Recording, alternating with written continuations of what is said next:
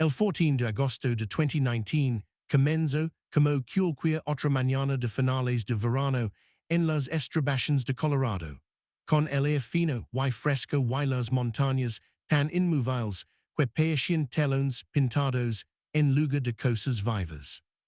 Ethan Cole y Mara Whitfield tenían ambos 18 años, ambos inquietos de esa forma que solo tienen quienes están al borde de la adultez, y ambos convencidos de que el mundo o no les había mostrado nada verdaderamente aterrador. Salieron de la casa de Mara poco después de la mesa, con mochilas ligras y los teléfonos completamente cargados, diciendo a su madre que volverían antes de que anocheciera. Se suponía que sería una caminata corta, un sendero conocido que serpenteaba entre pinos lodgeable y árboles de álamos, un lugar que los lugareños trataban más como un parque que como un entorno salvaje. Ethan bromeó con perdas a propósito solo para asustarla, y Mara se rió, diciendo que Colorado no era el tipo de lugar con el que se hacían ese tipo de bromas. Las montañas escucharon en silencio mientras caminaban. A media mañana, el sendero se estrecha y el murmullo de otros excursionistas se fue diluyendo hasta desaparecer por completo. El bosque cambió casi sin aviso. Los árboles se hicieron más altos y más densos, y la luz se rompía en fragmentos afilados que danzaban sobre el cielo. Ethan lo sintió primero, esa extraña presión en los oídos, la sensación de que el bosque se había quedado en silencio de una manera que parecía deliberada y no pacífica. Mara lo notó segundos después y se detuvo, girando lentamente, como si hubiera olvidado algo importante, pero no pudiera recordar qué era. Permanecieron allí un largo momento, sin que ninguno hablara, hasta que Ethan forzó una risa y dijo que probablemente era solo la altitud. Continuaron caminando, aunque ambos sintieron el mismo pensamiento no dicho asentarse con peso entre ellos. Algo en ese lugar no estaba bien. A las 11:42 am, Mara envió una foto a su hermana. En ella se veía Ethan de pie junto a un enorme pino, con la mano apoyada en la corteza y una expresión a medio camino entre la diversión y la duda. El texto decía, sigo viva, no mandes todavía un equipo de rescate. Sería la última comunicación confirmada que cualquiera de los dos haría jamás. No mucho después, sus huellas comenzaron a desviarse del sendero establecido, primero solo unos pocos metros, luego de forma más decidida, como si estuvieran siguiendo algo que solo ellos podían ver. Más tarde, los investigadores discutirían por qué dos adolescentes locales con experiencia harían algo tan imprudente. Algunos hablaron de curiosidad, otros de exceso de confianza. Nadie pudo explicar el momento exacto, ni el hecho de que ninguno de sus teléfonos registrara una llamada de auxilio. Cuando la madre de Mara se dio cuenta de que no habían regresado aquella noche, se dijo a sí misma que probablemente iban tarde, tal vez sentados junto a un arroyo viendo ponerse el sol, quizá riéndose de la idea de que ella estuviera preocupada. A medianoche, la preocupación se convirtió en terror. A la mensa, los equipos de búsqueda y rescate estaban recorriendo el sendero, con sus voces resonando inútilmente entre los árboles. Los perros siguieron el rastro con facilidad al principio, guiando a sus adiestradores con confianza por el camino que Ethan y Mara habían tomado, hasta que el ola se fragmentó de repente y desapareció cerca de un grupo de pinos antiguos. Era como si el propio cielo se los hubiera tragado. Helicópteros sobrevolaban la zona, sus hélices cortando el aire de la montaña, mientras los voluntarios examinaban el suelo del bosque en busca de mochilas, ropa, cualquier cosa que demostrara que los dos adolescentes habían estado allí. Los días se convirtieron en semanas, y la búsqueda se volvió más silenciosa, más mecánica, más desesperanzada. Cada rama queda parecía un cuerpo visto a la distancia. Cada sombra se convertía en un quasar. Los investigadores no encontraron nada que tuviera sentido. No había señales de lucha. No había sangre. No había tela rasgada. El bosque no ofreció respuestas, solo los mismos árboles imponentes de siempre, de pie, patience y indiferencia. Con el tiempo, las búsquedas oficiales se cancelaron y fueron reemplazadas por volants, vigilias y preguntas sin respuesta. El caso se deslizó lentamente hacia esa categoría incómoda reservada para las desapariciones que se niegan a explicarse. Pasarían 5 años antes de que alguien comprendiera lo cerca que había estado la verdad todo el tiempo. Oculta no bajo la tierra, sino sobre ella, esperando en silencio. Los meses posteriores a la desaparición de Ethan y Mara endurecieron a las personas que los amaban de formas que nunca terminaron de sanar. Ese año, el invierno llegó temprano, la nieve celó las zonas más altas y enterró cualquier esperanza restante bajo capas de hielo y silencio. Los investigadores recorrieron el mismo terreno una y otra vez, revisando barrancos, cabañas abandonadas, antiguos pozos mineros, cualquier lugar donde dos adolescentes pudieran haber quedado en peligro. Cada búsqueda terminaba igual, con hombres y mujeres exhaustos de pie en el frío, mirando mapas que ya no significaban nada. La hermana de Mara revivía obsesivamente la última foto, ampliando una y otra vez el pino detrás de Ethan, convencida de que algo oculto en el fondo explicaría todo si miraba lo suficiente. Memorizó la forma de la corteza, la manera en que las ramas se inclinaban hacia arriba, sin imaginar lo cruelmente literal que su fijación parecería más adelante. Los rumores crecieron en ausencia de hechos. Algunos decían que la peña había huido, persiguiendo una fantasía de libertad que no incluía familias ni consecuencias. Otros susurraban sobre animales salvajes, sobre pumas que no dejaban rastro, sobre osos que arrastraban los cuerpos a lugares tan profundos que nadie los buscaba jamás. También había teorías más oscuras, dichas solo en privado, sobre sectas que supuestamente vivían fuera de la red, sobre extraños vistos en el sendero de cuyos nombres nunca se registraron. Nada de eso ofrecia consuelo.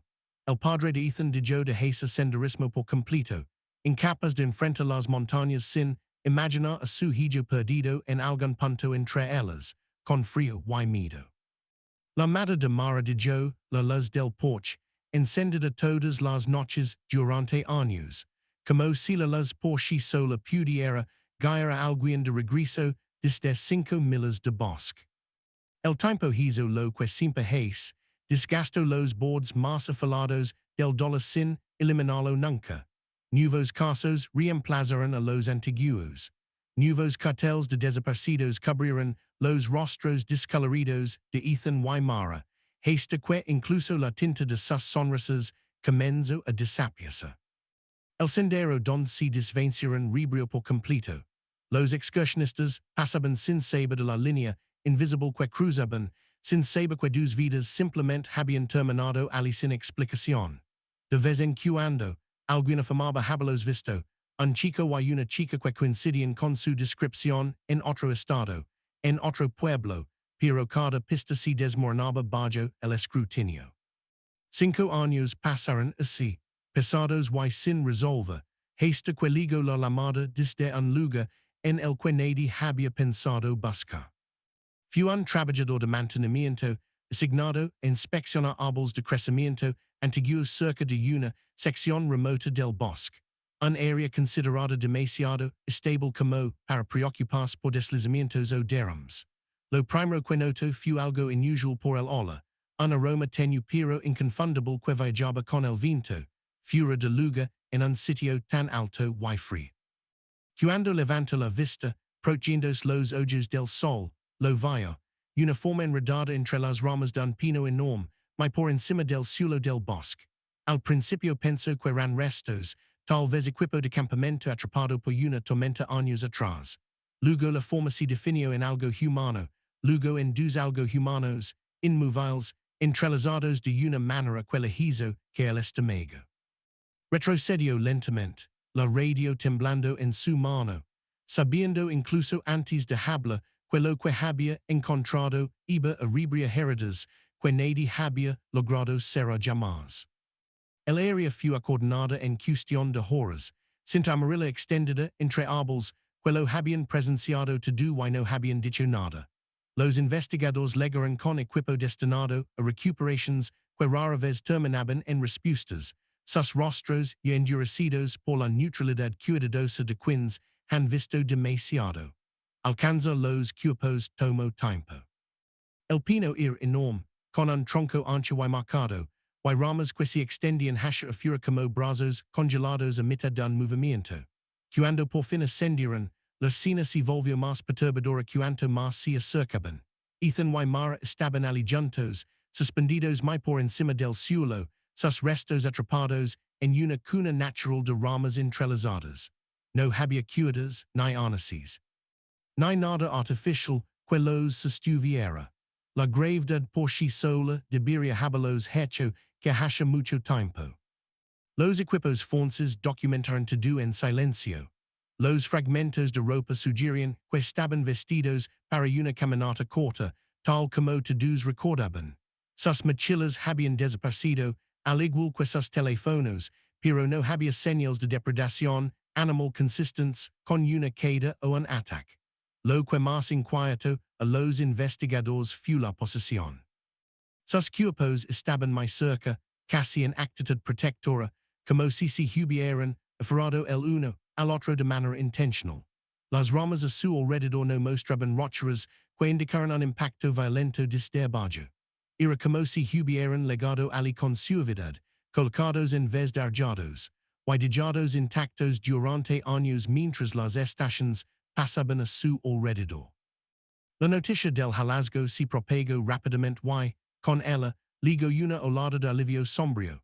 Después de 5 años sin saber, las familias por fin tenían algo concreto a lo que aferrarse, aunque fuera devastador. Las vigilias regresaron al inicio del sendero, vilas parpadeando bajo fotografías que no se sentían hipotéticas. Sin embargo, el cielo seguía siendo esquivo. Las autopsias no revelaron una cosa clara de muerte. No había fracturas compatibles con una caída desde el suelo hasta esa altura. No había toxinas. No existe evidencia de exposición prolongada que tuviera sentido dadas las condiciones del lugar. El informe oficial usó un lenguaje cauteloso, lleno de quizás y podría haber, pero nada definitivo. Concluía que la manera de la muerte era indeterminada. A medida que los investigadores profundizaron, surgieron detalles que hicieron el caso más extraño en lugar de aclararlo. El análisis del crecimiento del árbol indicó que las ramas que sostenían a Ethan y Mara habían sido demasiado delgadas 5 años atrás para soportar su peso combinado. Deberían haberse quebrado. Deberían haber fallado. Pero no lo hicieron. Aún más inquietante era la ausencia de cualquier alteración en el suelo del bosque directamente debajo del árbol. No había tierra compactada, ni sotobosque roto, nada que sugiriera que dos cuerpos hubieran caído o sido elevados hasta allí. Era como si el árbol hubiera crecido a su alrededor en lugar de haberlos atrapado después. Las familias fueron informadas en privado antes de que los hallazgos se hicieran públicos. La madre de Mara permaneció en silencio, mirando fijamente la mesa, con las manos apretadas una contra la otra, mientras el padre de Ethan hacía la misma pregunta una y otra vez de distintas maneras, con la esperanza de que alguna formulación desbloqueara una verdad que los demás habían pasado por alto. Como llegaron hasta allí? ¿Por qué estaban juntos? ¿Por qué nadie los había visto antes? Las respuestas nunca llegaron. Y en ausencia de respuestas, comenzó a tomar forma una posibilidad mucho más aterradora, una que ningún informe oficial podría jamás poner en palabras. Las preguntas sin respuesta comenzaron a atraer atención mucho más allá de las familias y de la oficina del sheriff local. Se convocó a especialistas, personas cuya carrera se había construido sobre explicar lo inexplicable, y aún así les costaba mantenerse anclados a un razonamiento convencional. Un arborista pasó horas examinando el pino, trazando sus anillos de crecimiento, midiendo el ángulo de cada rama, mientras sus notas se volvían cada vez más densas y su certeza más frágil. Según su análisis, el patrón de crecimiento del árbol sugería quelas ramas si habían ingresado gradualmente alrededor de los cuerpos, no por debajo de ellos. La madera mostraba deformaciones sutiles, como si se hubiera ajustado con el tiempo para acomodar un peso que nunca debió estar allí. Nunca lo dijo de forma explícita, pero su silencio habló lo suficiente. Los investigadores intentaron reconstruir una línea temporal que tuviera sentido. Si Ethan y Mara hubieran trepado al árbol por sus propios medios, habrían necesitado equipo o al menos daños visibles en la corteza. No había ninguno. Si alguien más los hubiera elevado, deberían existir huellas, señales de esfuerzo, algo que indicara intervención humana. De nuevo, nada. El suelo del bosque permanecía intacto, una burla silenciosa a cada teoría propuesta. Los expedientes del caso se llenaron de especulación y carecieron de hechos, y la frase, no hay una explicación razonable, apareció más de una vez en memorandos internos, rodada y subrayada como si repetirla pudiera hacerla más aceptable. Cuando la historia llegó al público, cobró vida propia. Los foros en línea se llenaron de diagramas, reconstrucciones amateur y teorías que iban desde lo extraño hasta lo profundamente inquietante. Algunos señalaron eventos meteorológicos raros, corrientes ascendentes lo suficientemente poderosas como para levantar cuerpos, aunque los expertos descartaron esa idea casi de inmediato. Otros hablaron de depredadores desconocidos, de comportamientos aún no catalogados, de montañas que guardan secretos más antiguos que las personas. Unos pocos mencionaron leyendas locales, historias de excursionistas que desaparecieron solo por ser encontrados años después en lugares imposibles, relatos que la mayoría siempre había tratado como advertencias simbólicas y no como verdades literales. Ahora esas historias ya no parecían tan lejanas. Lo que más atormentaba a las familias no era el misterio en sí, sino la implicación del tiempo. Si Ethan y Mara estaban vivos cuando llegaron a ese árbol, aunque fuera por un instante, como habían sido esos últimos momentos, habían sentido miedo, habían gritado, habían comprendido que nadie podía verlos. No había respuestas, solo el conocimiento silencioso de que algo los había levantado del suelo y los había mantenido allí, fuera de alcance, hasta que la vida los abandonó.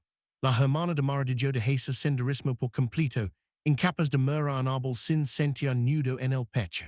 El padre de Ethan comenzó a soñar con ramas que descendían como manos, levantando y sosteniendo, negándose a soltar. Cuando el caso fue finalmente cerrado, el expediente sellado con conclusiones que no satisfacían a nadie, el pino quedó en pie. Las autoridades debatieron retirarlo, talarlo para evitar el exceso no autorizado o la retención indecida, pero al final decidieron no hacerlo. Destruirlo se sentía mal, casi irrespetuoso, como si el árbol fuera un testigo y no un culpable. Así que permaneció allí, alto y silencioso, sus ramas meciendo suavemente con el viento, aferrándose a secretos que nunca quedarían escritos en ningún informe, y recordando a todos los que pasaban bajo su sombra que algunas desapariciones no terminan cuando los desaparecidos son encontrados. Para cuando se completaron los informes de la autopsia, el pueblo ya había comenzado a fracturarse bajo el peso de los rumores. Oficialmente, la causa de la muerte tanto del niño como de la niña se registró como exposición al frío complicada por deshidratación, una conclusión que sonaba clínica y segura, pero que casi no explicaba nada. Lo que inquietaba Alphonse no era como habían muerto, sino en qué conditions habían sido encontrados. No había heridas defensivas, ni fracturas compatibles con una caída, ni evidencia de una lucha prolongada. Sus manos mostraban leves abrasions, como si hubieran agarrado corteza áspera durante mucho tiempo, los dedos apretándose y aflojándose una y otra vez hasta que la fuerza les foló.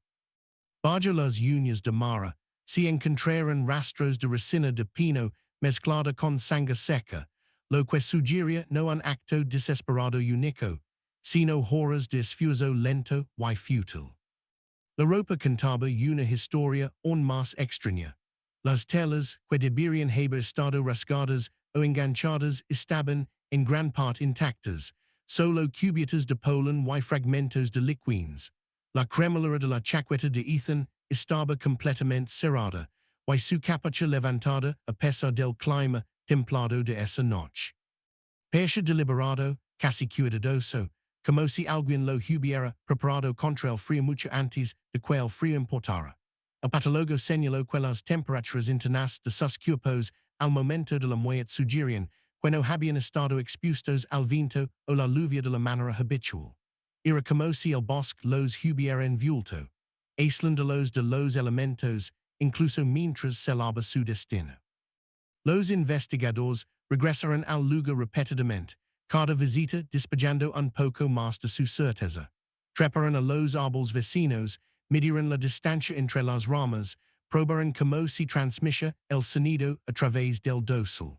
Desde el suelo del bosque, un grito apenas viajaba 20 metros antes de disolverse en el espacio air alpino. Desde la altura donde se habían encontrado los cuerpos, el mundo debajo parecía distorsionado, distante, irreal. Un ayudante admitió más tarde que esta allí arriba le produjo vértigo de una manera que no tenía nada que ver con el miedo a las alturas. Se sentía extraño, dijo, como ocupar un lugar no destinado para personas. Con el paso de los días, comenzaron a surgir detalles que al principio no parecían importantes. Un guardabosques recordó haber visto un símbolo desconocido talado en un árbol a varias miles de distancia, una espiral rústica profundamente cortada en la corteza, desgastada pero no antigua. Otro mencionó una llamada de radio de años atrás, un excursionista reportando voces sobre él en los árboles por la noche, risas que descendían sin pasos, sin movimiento. En ese momento, se había desestimado como fatiga y mal de altura. Ahora, esos viejos informes fueron sacados del archivo, leídos de nuevo bajo luces fluorescentes duras, con sus margins llenando de nuevas anotaciones y una inquietud silenciosa. Las familias fueron mantenidas al margen de la mayor parte de esta información, protegidas de la especulación, pero no del tema. Lo que se les dijo fue suficiente para destrozar cualquier esperanza de ciega. No habría cargos, ni sospechosos, ni reconstrucción que pudiera mostrarse con confianza. Las montañas habían tomado al niño y a la niña, y las montañas no estaban obligadas a explicarse. Por la noche, los voluntarios de búsqueda y rescate que habían trabajado en la desaparición original comenzaron a reportar sueños vividos de ser observados desde arriba, de mirar hacia arriba y ver siluetas equilibradas imposiblemente en ramas que no deberían sostenerlas. Ninguno de ellos lo dijo en voz alta al principio. Pero eventualmente, en conversaciones tranquilas sobre café y mañanas sin dormir, se dieron cuenta de que todos estaban soñando lo mismo. La Junta de Revisión Estatal solicitó una evaluación final, esperando que la distancia y el tiempo pudieran despejar al caso de sus aristas más inquietantes, pero cuanto más profundizaban, más frágil se volvía la narrativa oficial. Un botánico forense señaló algo que había pasado desapercibido en el caos inicial. Las ramas que sostenían los cuerpos mostraban patrones de crecimiento acelerado, localizados únicamente donde la piel y la ropa habían hecho contacto. El árbol no solo había soportado su peso, había respondido a él. Las células se habían engrosado, las fibras se habían retorcido más, adaptándose de una manera normalmente observable durante décadas, no en unos pocos años. Cuando se le pregunta cómo podría ocurrir un crecimiento tan rápido, el botánico vaciló, y solo dijo que el estrés extremo a veces produce resultados anormales, aunque su tono sugería que no creía en su propia explicación. Una posibilidad escalofriante comenzó a tomar forma entre un pequeño grupo de investigadores que ya no hablaban libremente en las salas de reuniones. Y si el árbol no había sido simplemente una estructura pasiva, y si el bosque mismo había desempeñado un papel, lento y pacientemente, de la misma manera las montañas erosionan la piedra sin violencia. Los bosques altos de Colorado eran antiguos, mucho más antiguos que los pueblos que los bordeaban, ecosistemas que funcionaban en escalas de tiempo que los humanos apenas comprendían. Había casos documentados de árboles creciendo alrededor de cercas, engalando señales, consumiendo cabañas abandonadas, centímetro a centímetro hasta que la madera y el metal se volvían indistinguibles, pero nunca personas. Al menos, nunca oficialmente. La línea de tiempo fue reexaminada con esto en mente. Ethan y Mara habían desaparecido cerca del crepúsculo, en un punto donde el sendero se estrechaba y el dosel se espesaba, la luz rompiéndose en fragmentos antes de alcanzar el cielo. Si se habían salido del sendero, aunque solo fuera brevemente, el sonido habría sido absorbido casi de inmediato. Un grito moriría en el musgo. Las pisadas se perderían entre las agujas de pino. Si habían trepado, sido levantados, o de algún modo habían terminado entre las ramas mientras estaban vivos, la lenta y implacable presión del crecimiento podría haber hecho el resto, manteniéndolos allí no violentamente, sino con firmeza suficiente para que escapar fuera imposible. Era una teoría que planteaba más preguntas de las que respondía, y por eso nunca apareció en el informe final. Mientras tanto, algo extraño comenzó a ocurrir en el mismo lugar. Los excursionistas reportaban que sus brújulas se comportaban de manera errática cerca del pino, con las agujas temblando, girando ligeramente antes de fijarse en la dirección equivocada. Las cámaras de sendero colocadas cerca fallaban sin explicación, registrando horas de metraje vacío interrumpido por súbitos estallidos de estática cada vez que el viento aumentaba en el dosel. Una cámara capturó un solo fotograma que no mostraba nada claramente, solo un barón de líneas verticales y sombras, pero el técnico que lo revisó juró que podía distinguir dos formas alargadas donde se encontraban las ramas, como si el árbol todavía recordara. El servicio forestal redirigió silenciosamente el sendero la primavera siguiente, citando erosión y motivos de seguridad. El pino quedó aislado, y no accesible directamente, su presencia desvanciándose de la conciencia casual. Pero quienes conocían la historia sentían su ausencia como un diente arrancado. Los equipos de búsqueda y rescate notaron un cambio en sí mismos también. Veteranos que habían trabajado en docenas de recuperaciones sin efecto duradero encontraron que esta persistía, surgiendo en momentos de silencio. Hablaban de una creciente renuncia a marajar arriba mientras caminaban, una necesidad instintiva de mantener los ojos en el cielo, como si reconoce el espacio sobre ellos pudiera atraer atención a cambio. Al quinto año después del hallazgo, el caso ya no estaba activo, pero no se había olvidado. Existía de manera más silenciosa y corrosiva, alojado en el subconsciente colectivo de quienes vivían cerca de las montañas. Los padres advertían a los niños que permanecieran en los senderos, no con urgencia, sino con un matiz de tema que no necesitaba explicación. Y en lo profundo del bosque, el pino continuaba creciendo, anillo tras anillo, temporada tras temporada, levando en su madera el registro silencioso de un niño y una niña que habían desaparecido, y de una verdad que nadie había podido decir en voz alta. Pasaron los años, y con el tiempo llegó una extraña dilución del miedo, no porque surgieran respuestas, sino porque la gente aprendió a vivir junto a lo no resuelto. Las familias se mudaron una por una, incapaces de permanecer en un lugar donde cada agrupación de árboles parecía una acusación. El pueblo mismo cambió de nombre en las conversaciones, ya no era el lugar donde desaparecieron el niño y la niña, sino simplemente otra comunidad montañosa intentando ser ordinaria de nuevo. Sin embargo, el bosque no olvidó. Quienes lo trabajaron por más tiempo entendían esto de una manera que nunca se traduce bien en palabras. Un guardabosques estacional, nuevo en el distrito y sin conocer toda la historia, reportó algo durante una patrulla a finales de otoño queribrio viejas heridas.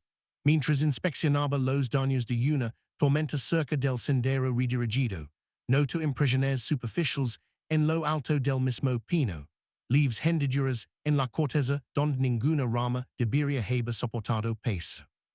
Tenían la forma de marcas por presión, alargadas y lisas, como si algo se hubiera apiado allí repetidamente. Cuando los supervisors treparon para inspeccionarlas, no encontraron explicación que encajara de manera convincente. El viento no podía haberlo causado. Los animales no podrían haber alcanzado esa altura sin dejar señales. Las marcas fueron documentadas, fotografiadas y archivadas discretamente bajo un informe general de mantenimiento, sin cruzarse con el viejo caso. Al mismo tiempo, los excursionistas comenzaron a describir un fenómeno auditivo inquietante.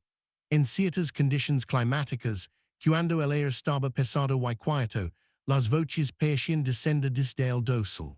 No eran palabras claras, ni llamados de auxilio, sino la cadencia baja de una conversación, el vaivén de dos personas, hablando suavemente entre sí.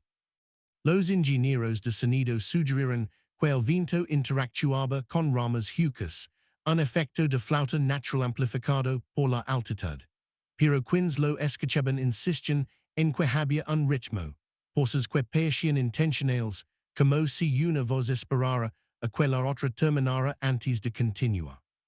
Más inquietante aún era que el fenómeno siempre ocurría cerca del crepúsculo, cuando la luz se fracturaba y la percepción de profundidad comenzaba a fallar. Los psicólogos más tarde notaron un patrón sutil entre los más afectados. Las personas que pasaban largos periodos en el bosque desarrollaban una conciencia aumentada del espacio vertical. Sus sueños cambiaban. En lugar de ser perseguidos o perdidos, soñaban con ser elevados, mirando hacia abajo el cielo familiar haciendos más pequeño y silencioso. Algunos describían una sensación de calma dentro del sueño, no de terror. Como si rendirse hacia arriba fuera más fácil que luchar contra la gravedad. Una voluntaria admitió que, después de meses en el área, a veces sentía un impulso inexplicable de trepar, de abandonar el sendero y acercarse a los árboles que parecían más altos y antiguos, antes de detenerse abruptamente ante una repentina ola de pava. El caso del niño y la niña comenzó a aparecer en círculos académicos, despejado de nombres y ubicaciones, reducido a variables y anomalias. Se citaba en artículos sobre entornos liminales, sobre los efectos psicológicos de paisajes verticales vastos en la percepción humana. Pero en las notas, al pie y en conversaciones fuera de registro, permanecía otra interpretación. Algunos entornos, sugerían, no eran simplemente espacios por los que la gente se movía, sino sistemas que reaccionaban, que notaban presencia y ausencia a lo largo de largos periodos de tiempo.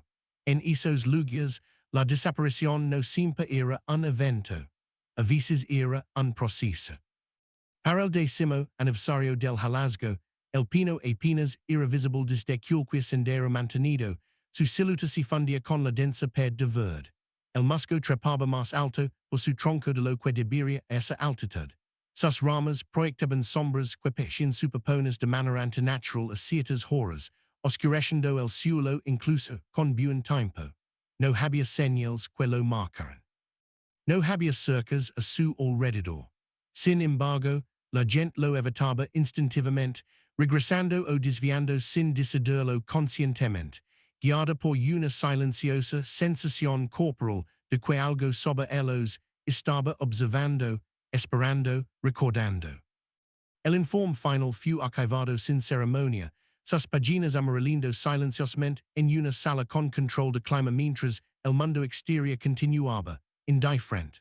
Oficialmente, el caso del niño y la niña terminó, con su recuperación y clasificación, con la causa de la muerte asignada y la responsabilidad dispersa en la propia naturaleza. Extraoficialmente, nunca terminó en absoluto.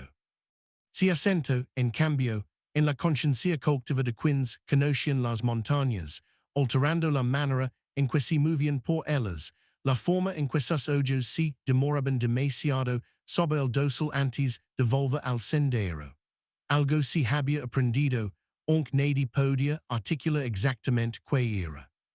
En una fría mañana años después, tras una nevada temprana, que supervisó el bosque y barro antiguos senderos, se envió a un equipo de mantenimiento para evaluar los daños de la tormenta cerca del área restringida.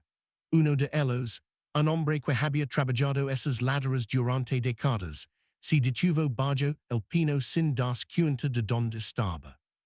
Lo sintió antes de verlo, una presión en el pecho, una sensación como esta directamente bajo una gran altura y percibir movimiento arriba. Cuando finalmente levantó la vista, no había nada fuera de lugar. Solo ramas, solo cielo. Pero por un breve momento, lo invadió la certeza de que el árbol estaba más lino de lo que debería, como si cargara más peso que la madera y las agujas solas. Se marchó rápidamente, y no volvió. La naturaleza, como siempre, reclamó lo que la atención tocaba brevemente. Las impresiones en la corteza se suavizaron. El musgo se espeso. La nieve y la lluvia realizaron su silenciosa erosión, borrando los últimos indicios sutiles de que algo antinatural hubiera ocurrido allí. Cada año, nuevos excursionistas pasaban a pocos kilómetros del lugar, sin saber que por encima de ellos, en lo alto del bosque, existía un sitio donde las reglas normales de pérdida y descubrimiento habían fallado, donde ser encontrado no había significado ser devuelto, donde la altura se había convertido en un límite que ninguna cuadrícula de búsqueda había considerado. Para quienes recordaban a Ethan y Mara, el dolor evolucionó hacia algo menos agudo pero más duradero. Se convirtió en una advertencia levada sin palabras, una sensación que emerge cuando los árboles crecen demasiado juntos o cuando el silencio cae de manera repentina. Sus nombres se pronunciaban menos, pero el espacio que dejaron permanecía, una ausencia con la forma de una pregunta que nunca sería respondida. En momentos de quietud, sus familias llegaron a comprender que lo que les había sido arrebatado no eran solo dos vidas, sino la certeza de que el mundo estaba dispuesto de maneras que los humanos no podían comprender completamente. Las montañas permanecieron inalteradas, vastas y pacientes, indiferentes a la memoria pero saturadas de ella. Las estaciones duraban, las generaciones pasaban, y aún así el bosque crecía hacia arriba tanto como hacia afuera, reclamando el cielo centímetro a centímetro. En algún lugar dentro de ese crecimiento, incrustada más allá del alcance y de la explicación, estaba la última hula de un niño y una niña que habían desaparecido del cielo y reaparecido donde nadie había pensado buscar.